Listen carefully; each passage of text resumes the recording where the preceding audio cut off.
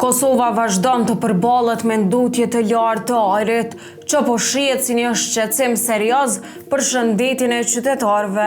Sipas Institutit Kombëtar të Shëndetësisë Publike, cilësia e ajrit shpesh i kalon nivelet e lejuara, e sidomos gjatë dimrit. Në raportin vjetor për vitin 2025, IKSHPK ka theksuar se cilësia e ajrit në Kosovë mbetet shqetësuese, teksa Prishtina ka dalë qyteti më i ndotur. Të dhënat nga stacionet e monitorimit tregojnë se në qytete si Prishtina, Drenasi, Mitrovica, Obiliqi, Gjiljani dhe Hani i Elezit shpesh regjistrohen nivele të larta të grimcave të dëmshme. Ndotja e ajrit lidhet me sëmundje të zemrës dhe të mushkrive, ndërsa rreth 1150 vdekje në vetë në Kosovë lidhen me nivelin e lartë të ndotjes.